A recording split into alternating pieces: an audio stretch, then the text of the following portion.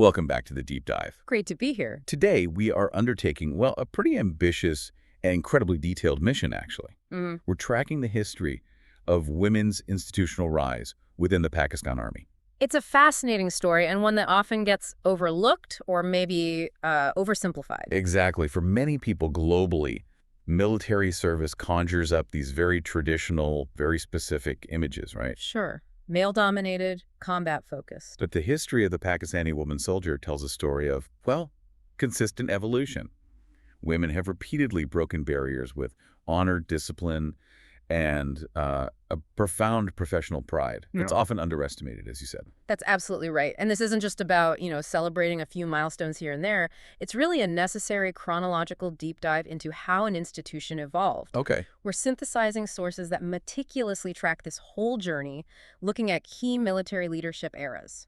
So the goal is to provide you, the listener, with a kind of fast-track understanding. Pretty much. An understanding of the policy shifts, the institutional decisions that fundamentally allowed women to move from, say, specialized care roles in the beginning. Like nursing. Exactly like nursing, to high-tech strategic command positions much later on. It's really a roadmap of meritocracy in action when you look closely. Okay, let's unpack this then. Let's focus on the core argument that seems to be driving the sources we've looked at.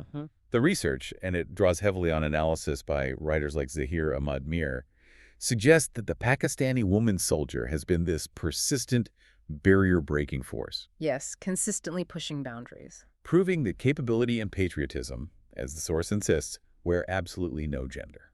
That's the core thesis, really. Right. And our objective here is to track this progress chronologically. We want to note how the advances in each era, even ones that seem kind of small at the time, actually provided the institutional bedrock for the next big leap. Right. Building blocks. Exactly. We're looking at how the very definition of military service changed over time for women within the Pakistan Army, and how that change reflects this deep-seated institutional recognition that, ultimately, competence and commitment are the only true measures of capability.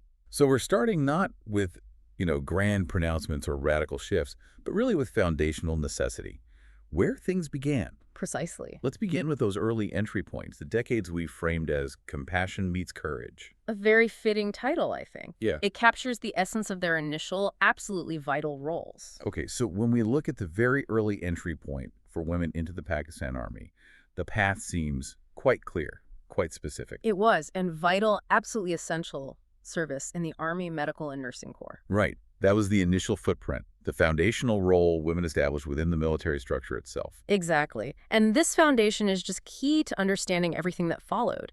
Because while these roles, nursing, medical care, might seem traditionally gendered, They often were, globally. they were. But their function in a military context was profoundly operational. We're talking about women serving during active conflict. Like the wars in 65 and 71. Absolutely. And later in various high-tension operations, too. These women were not sideline figures. They weren't just, back at a base hospital far from the action. No. No, they were literally positioned at the nexus of life and death, often in field hospitals, temporary setups, operating perilously close to the conflict zones themselves. Wow. Okay, so the sources refer to them as silent heroes, which, hearing that context, really captures the immense, maybe understated pressure of their jobs. It does. Can we really drill down into the critical functions these women performed? Yeah. Because just saying they treated the wounded feels inadequate given what you're describing. It doesn't capture the sheer chaos, the logistical nightmare of a battlefield hospital. It doesn't do it justice at all. You have to imagine a field hospital during a major conflict. It's a temporary facility set up incredibly quickly, often under the threat of artillery fire or aerial attack. Constant danger. Constant danger. And these women, the nurses, the medical officers, they were absolutely integral to triage, making instantaneous, high-stakes decisions. About who gets treated first. Exactly. Who needed care immediately, who could potentially wait, and who, tragically, was beyond saving. The pressure of those decisions alone is immense. The technical expertise required for that, under those specific conditions, it's staggering. It really is. And beyond triage, they were managing emergency surgery assistance. Think about the environment sanitation constantly compromised, limited resources. Right. They handled long-term wound management for soldiers who needed stabilization before they could even be transported further back.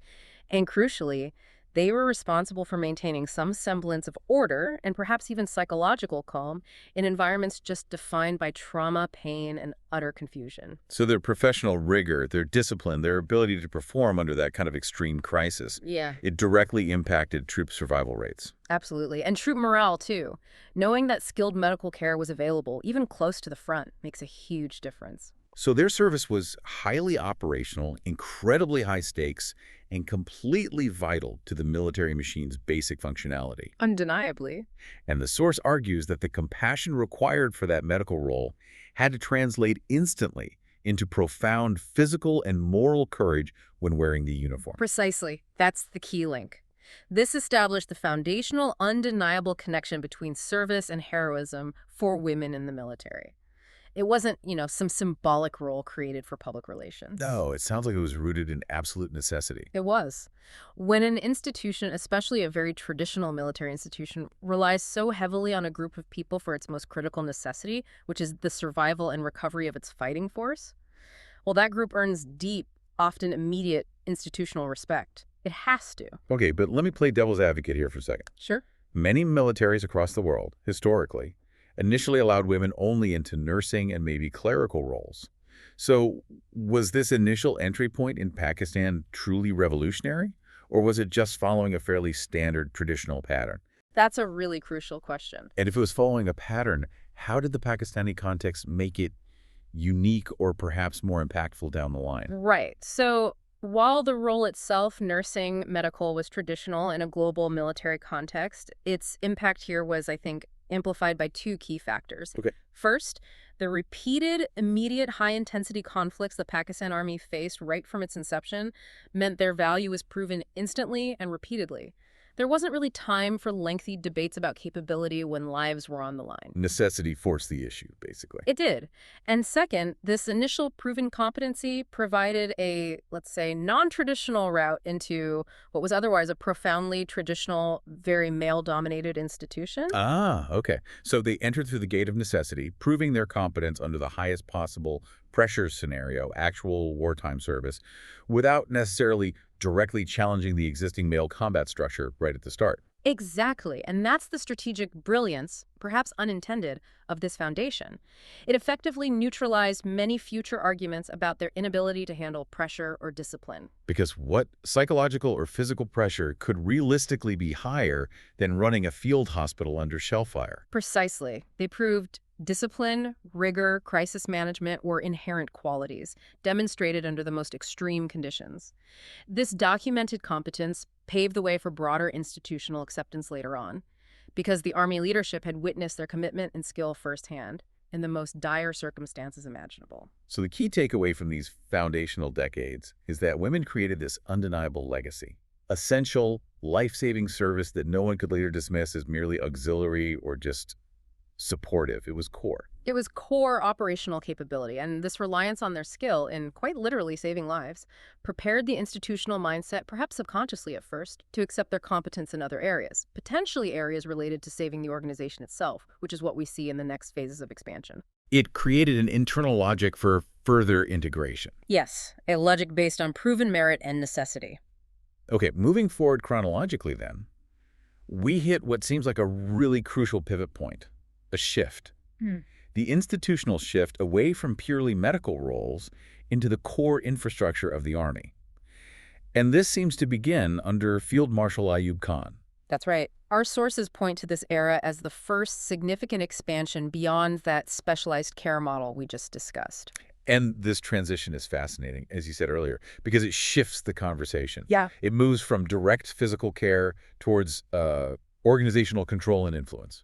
Exactly. Yeah. Under Ayub Khan, the institution formally recognized that the skill set women had already proven, their organizational rigor, their discipline, their intellectual capacity shown in the medical field, could benefit the entire command structure. So this is when they started moving into different branches. Yes. This is when female officers formally entered the administrative and educational branches of the Army. Okay, I want to stop right there for a second, because this is where maybe that earlier critique applies or needs refining.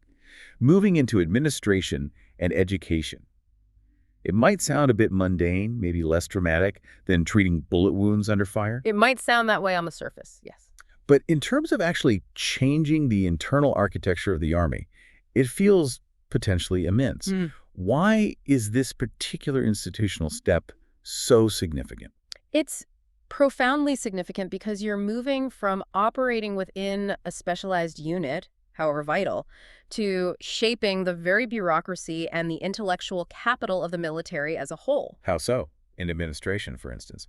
Well, when you enter administration, you are defining the processes of the military, how records are meticulously kept, how personnel are managed day to day, and crucially, how resources, money, equipment, people are allocated across the entire force. These are the internal mechanisms that actually make the Army function on a daily basis. Absolutely, the gears of the machine.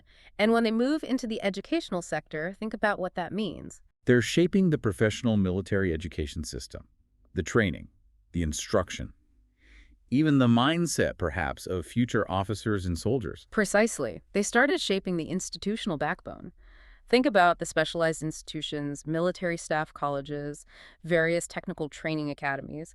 Placing women in teaching roles or in administrative support roles within those institutions means they were directly involved in the professional development pipeline for everyone. Okay, so this is recognition that their intellectual and organizational capital was needed. Not just needed for patient care, but needed to sustain the quality and efficiency of the entire fighting force. Yes, they weren't just participating anymore. They were beginning to define how the institution runs itself, how it trains its people. That really does expand the definition of military service for women, from saving lives directly to sustaining the organization's competence and structure more broadly. It absolutely does. And this provided the essential internal scaffolding, the sort of structural acceptance for the much more visible growth we see later on. Right. And then building on that, we move into the era of General Zia-ul-Haq, which saw, according to the sources, a further deliberate and quite robust expansion. Yes, Zia's era was really about solidifying and diversifying the gains made under Ayyub. Okay, what specific mission-critical sectors were expanded during this time, and how do they build on that Ayyub foundation of admin and education? Well, firstly, the medical sector was reinforced. Its established importance was clearly recognized and built upon. But two other key areas saw significant integration, or further strengthening: logistics and a continued push in the educational sectors. Logistics. Okay, for a listener who might not be deeply familiar with military jargon, what exactly does logistics entail in this context? And why is entrusting logistics roles to female officers such a crucial sign of institutional trust? It sounds important, but maybe not glamorous. It's anything but glamorous, but it's arguably the most critical non-combat function. Logistics is effectively the circulatory system of the Army. It covers everything involved in getting resources where they need to be. Like supplies. Everything. Procurement, maintenance, transportation of personnel and material. That means fuel, ammunition, rations, spare parts for vehicles, communication equipment, everything. An army literally moves and fights based on the competency of its logistics. So failure in logistics means mission failure. Almost inevitably, yes, regardless of how brave the soldiers are or how good the strategy is. So, to involve female officers here in managing these complex supply chains and resource management systems, that's entrusting them with mission-critical, high-value operations. If logistics fail, the front line fails. Wow. So if they're managing the supply chains, managing the institutional resources, they are deeply, deeply cemented into the operational planning and execution of basically every mission. Precisely. They are integrated into the core function of sustaining combat effectiveness over time and distance. But what makes this particular era under Zia unique, and what the source material really highlights as crucial, is how this expansion was framed and implemented. How so? It was specifically framed and conducted with dignity and Islamic values in harmony. That exact phrasing is important. Okay, that framing definitely introduces a unique element, especially when we're talking about female empowerment in a conservative society. What does the source suggest was the thematic lesson derived from this specific era about empowerment within faith? It suggests that empowerment, when pursued within a recognized, respected cultural and religious framework, builds a kind of sustainable balance. It allows progress without causing massive social disruption. So this framing allowed the institutional expansion to proceed not as some kind of radical, potentially disruptive social change, which might have generated significant internal resistance within a traditional society and military. Exactly. Resistance it might not have overcome at that stage.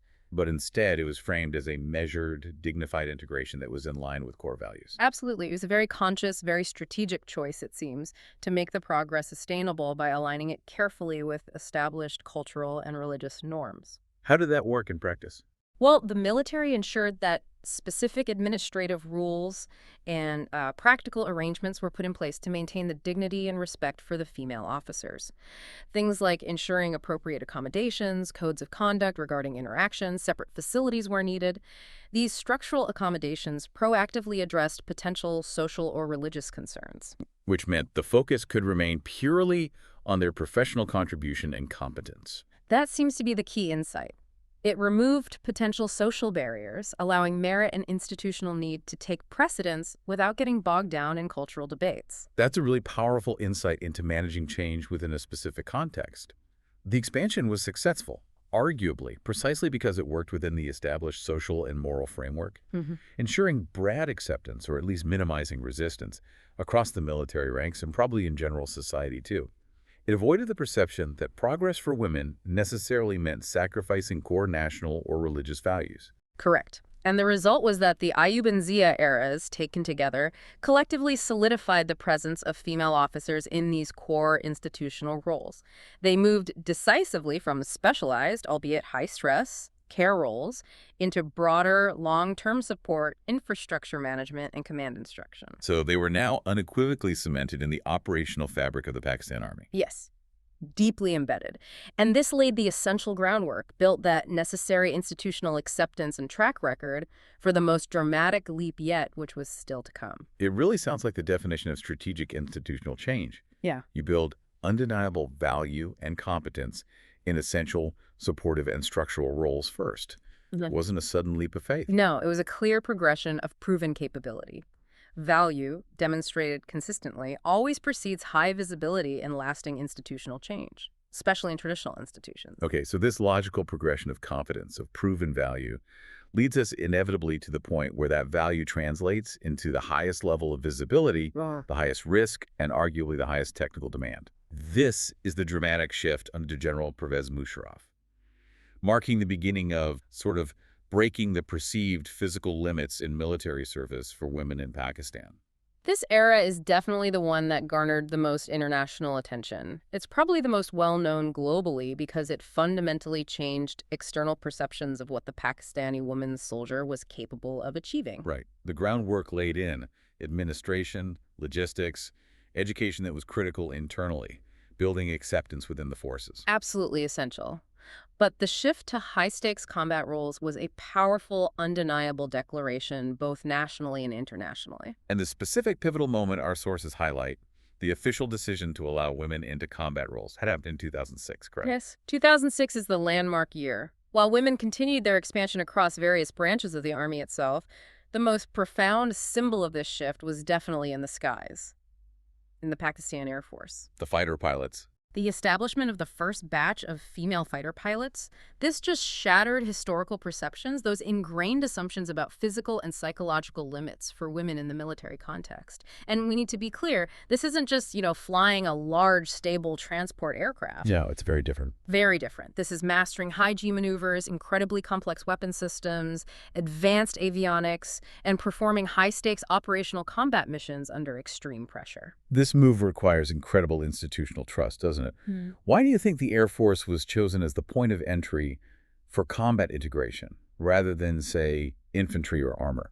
That's a great question. The Air Force, particularly the fighter pilot role, represents this unique intersection. It's the ultimate test of technical skill, rapid decision-making, and physical resilience combined with intense intellectual mastery. Right. It's also often seen, perhaps, as a field where sheer upper body strength is less critical than reaction time, technical precision, spatial awareness, and G-force endurance. But more than that, the sheer investment involved is staggering. The cost of training a pilot. Exactly. It costs millions and takes years to train a single fighter pilot. The fact that the military leadership was willing to invest those enormous resources into female candidates demonstrated an absolute confidence in meritocracy. It signaled that if you could meet the incredibly high standard, your gender was irrelevant. And this immediately created national icons, didn't it? We really have to talk about the specific figures highlighted in the source material. Flight Lieutenants Aisha Farouk and, tragically, Mariam Mukhtar. Yes. Their stories became instantly ingrained in the national consciousness. They became household names. Aisha Farouk was the nation's first operational female fighter pilot, right? She embodied the successful technical mastery of the role. She did. A symbol of achievement, breaking that barrier. And then Mary Mukhtar. Tragically, she lost her life during a routine operational training flight. Her sacrifice, a sacrifice in the line of duty, historically almost exclusively borne by men in combat roles, it solidified the understanding, perhaps in a way nothing else could, that women in these military roles bore the ultimate risk, that they were equally committed, equally prepared to give everything for their duty. The phrase the source uses, courage has no gender, really seems to summarize the entire point of this leap, doesn't it? Perfectly. It moved the conversation entirely away from, say, organizational competence demonstrated in offices or logistics depots to pure operational capability, grit, technical skill, and ultimate sacrifice right there in the cockpit. It was the ultimate institutional aha moment, you could say. It's significant because this is such a visible, high-stakes role. It's directly correlated with physical prowess, enduring G-forces, and technical mastery under extreme duress. The machine itself is unforgiving. The technical systems, the radar, the controls, the jet engine, they only respond to skill and training, not to gender. Exactly. Skill is the only currency that matters in that environment. But hang on, let me push back slightly again. For a military that, as we discussed, had strategically integrated women through perhaps less controversial administrative and logistical roles, often framing it within cultural values, wasn't this very high-profile move in 2006 primarily a PR exercise, a way to showcase a modern face to the world? Did the source address the possibility of, actual institutional resistance that might have still existed, or perhaps quota limitations that persisted even after such a huge symbolic achievement? That's a very probing and necessary question, and the sources suggest it was likely a bit of a dual-track strategy. Yes, absolutely. It had profound PR benefits, both domestically and internationally. It showcased a modern, progressive image of the Pakistan military. But institutionally, the decision appears quite strategic, too. By integrating women into arguably the most demanding and visible combat-related role, first the fighter pilot, it kind of normalized the idea of women in high-stakes, high-skill positions for all the other branches to see. So it acted as a sort of spearhead, making future integrations into, say, artillery or air defense or technical corps seem less radical by comparison. Exactly. It set a precedent at the highest level of demand. Now, while quotas and the pace of broader structural integration certainly took time, the Army as a whole needed to adapt institutionally to the implications of this shift. The undeniable success of the female pilots became this unimpeachable proof of concept. Hard to argue against. Very hard. If a woman could master the complexity and the brutal high-G environment of a modern fighter jet, the argument that women inherently lacked the physical or mental capacity for any other demanding military role became almost impossible to sustain institutionally. Can we talk just briefly about the sheer rigor of that training? What level of commitment did these pioneering women have to demonstrate to overcome not just the physical challenges, but also decades of historical assumption and maybe skepticism? The training pipeline for any fighter pilot is notoriously brutal. It's designed specifically to weed out all but the most exceptional candidates, male or female. Right. It includes years of basic and then advanced jet training, mastering complex physics, aerodynamics, navigation systems, incredibly sophisticated weapon systems, high-altitude physiological training to handle the G-forces. The list goes on. Intense. Incredibly intense. And these women trained right alongside their male counterparts, enduring the exact same grueling physical tests, the same demanding academic standards, the same high-stress psychological evaluations. Their success wasn't hidden. It was documented, transparent. It left absolutely no room for any claims of preferential treatment or lowered standards. So their success wasn't just about integration. It was about pioneering, demonstrating capability against the highest possible bar. Precisely. It proved beyond doubt that merit, skill, and determination were the only variables that truly mattered, overriding decades, centuries maybe, of historical gender assumptions entirely. And this success, this breaking of the physical and technical ceiling, sets the stage perfectly for the modern era we're seeing now. It does, where the focus shifts again, not away from physical combat readiness, that remains critical, of course, but towards intellectual and strategic command, particularly in the digital age. The pilots proved the strength and resilience of the body. The next generation is proving the power and agility of the mind. Right, so we transition now into the contemporary military landscape, specifically the era under the current leadership, Field Marshal Syed Asim Munir. Hmm. And this is where, according to the sources, the military really seems to be completing its evolution, or at least entering a new phase, Mm. moving beyond maybe purely conventional warfare concerns and fully embracing 21st century strategy and technology. That's a good way to put it. If the Air Force integration shattered the physical ceiling, this current era is arguably about shattering the intellectual ceiling, or perhaps better put, fully leveraging all intellectual capital to prepare for future conflicts. Because the nature of global security itself has shifted so profoundly, hasn't it? Especially in the last decade or so. It really has. Modern conflict isn't just fought on land, sea, or air anymore. It's an integrated domain. It's no longer enough to be strong in those traditional areas. You absolutely must dominate the data streams, the networks, the information sphere, the electromagnetic spectrum. Cyberspace. Cyberspace, absolutely central. The military's strategic needs have evolved dramatically, and the roles being offered to and filled by women officers have evolved right in lockstep with that demand. The institution is adapting to reality. Okay, so let's detail some of the specific sectors where women officers are now leading or playing critical roles. What does the modern job description look like for a woman in the Pakistan Army today, contrasting it with those foundational roles we started with? The jobs are highly technical, highly specialized, and increasingly strategic in nature. We're seeing significant high-level involvement in areas like digital warfare units. Okay, let's pause there. Digital warfare. Can we define that a bit more for the listener? What kind of functions are we actually talking about here? Is it coding? Is it analyzing network vulnerabilities? Yeah. Developing secure communication protocols? It's really all of the above, and often integrated. For instance, within these digital warfare units, women officers might be employed as data scientists, interpreting vast streams of online communication, looking for patterns, gauging threats, or they could be network security specialists, designing resilient encryption protocols, defending against intrusions. Offensive capabilities, too. Potential involved in both offensive and defensive operations in cyberspace, yes. They might be developing customized software tools for intelligence gathering, or actively managing the defense systems against sophisticated state-level cyber attacks.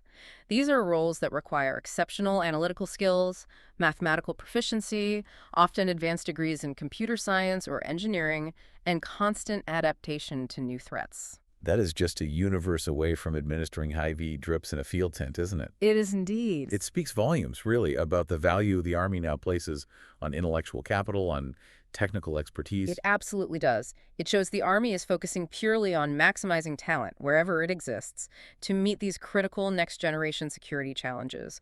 The source isn't talent, it's capability. And beyond the purely digital realm. Beyond digital warfare and cyber intelligence, where they are central to analyzing complex, real-time data to anticipate threats, protect critical military and national infrastructure, and prevent hostile network penetration, women officers are also heavily integrated into international peacekeeping missions. Ah, okay. Why are those roles significant in this context? Peacekeeping roles are critical because they demand a really complex blend of skills. You need diplomatic skills, interacting with local populations and international partners. You need high-level logistical coordination, often in unstable environments. And you need expert strategic communication. Strategic communication.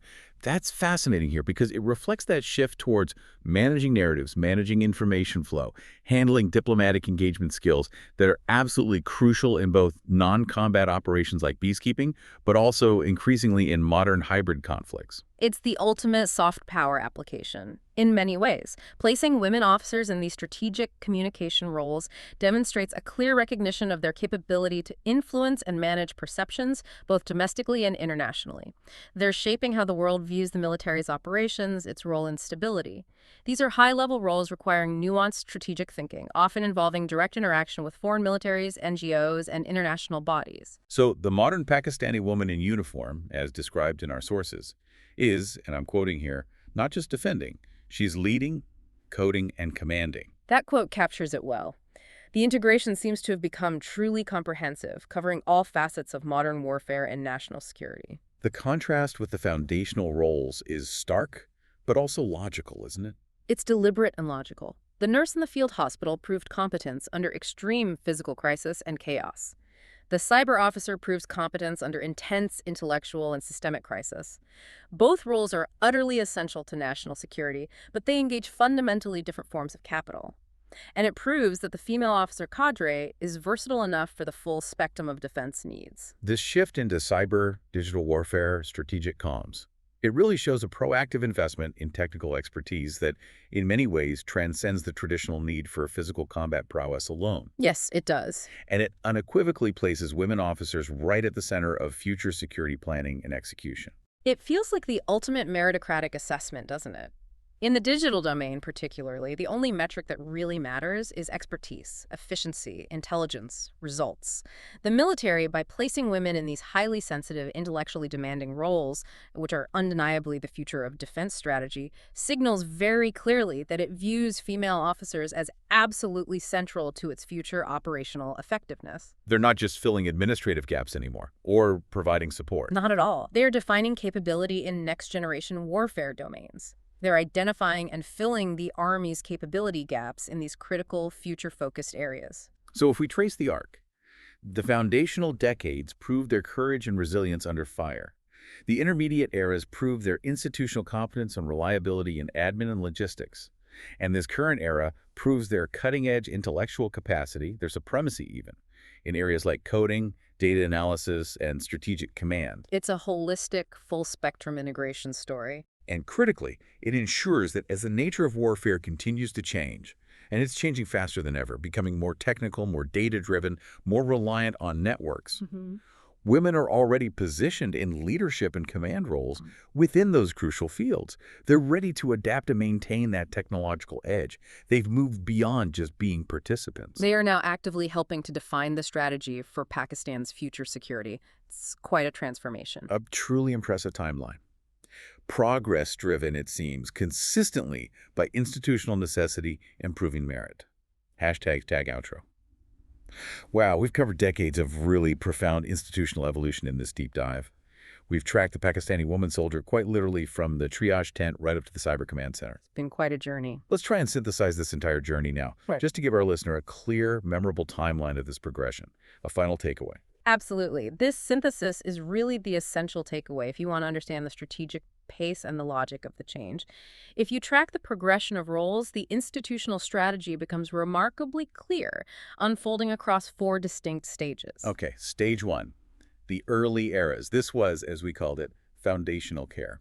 Right. Nursing and medical service. Establishing that irreplaceable competence and demonstrating incredible courage under active crisis conditions, particularly in field hospitals during conflicts, proving value at the sharp end. Stage 2, the Ayyub and Zia eras. We term this institutionalization. Yes, the critical expansion into administration, teaching, and complex logistics. This embedded women deeply into the organizational fabric of the Army and, crucially, ensured the sustainability of their presence by aligning it within the prevailing cultural framework, building the internal structure. Stage 3, the Musharraf era. This was clearly about breaking the physical ceiling. Definitely. The high-visibility, high-risk integration of female fighter pilots starting in 2006. This was that powerful, symbolic moment where demonstrated courage and skill proved superior to historical gender assumptions in a very public way. And stage 4, the current era under Munir, which we've called the strategic future. Exactly. Digital warfare, cyber intelligence, peacekeeping, strategic communication, and high-level leadership command roles. This stage is about leveraging intellectual capital for 21st century defense needs and fundamentally redefining the scope of military contribution beyond traditional combat, securing the future. And underlying all of this, woven through each stage, the sources consistently highlight these core guiding principles that seem to fuel this remarkable decades-long progression. Things like clear institutional need, demonstrated merit time and time again, unshakable faith both in terms of personal conviction and working within the societal framework, and sheer courage. That's right. These weren't arbitrary policy shifts dictated from outside, it seems. They were largely internal responses to proven competence meeting evolving institutional requirements. The consistency in basing integration on institutional necessity and demonstrated capability. That's what makes this history so compelling, isn't it? It really is. And this brings us right to the ultimate conclusion provided in the source material we reviewed. It's a necessary, maybe even provocative thought for the listener to carry forward from this discussion. Okay, what is that final implication? The thought that kind of binds this entire story together. The ultimate takeaway, according to the analysis we've drawn on, is that the rise of women in Pakistan's army is fundamentally not a story of privilege. It's a story of purpose. Not privilege, but purpose. Explain that. It means they didn't primarily gain these increasingly demanding and influential roles through, say, social bargaining or affirmative action quotas implemented just for the sake of representation. Instead, they earned their place meticulously, step by step, through demonstrated value, through the willing acceptance of risk, and through developing specialized skills that the Army as an institution urgently needed to fulfill its mission. They proved unequivocally that patriotism wears no gender. That's the core message, and this leaves us, and you, the listener, to reflect on how genuine, lasting institutional change, especially in conservative structures like a military, is often driven less by external political or social pressures, although those can play a role, and perhaps more by an internal, unshakable commitment to maximizing capability, to winning, to fulfilling a core purpose. So, from the early medical corps literally saving lives on the front lines, to the cyber intelligence officers coding the defense of tomorrow, the story of women in the Pakistan Army is a truly compelling case study of purpose-driven institutional progression, driven from within, based on merit. Indeed.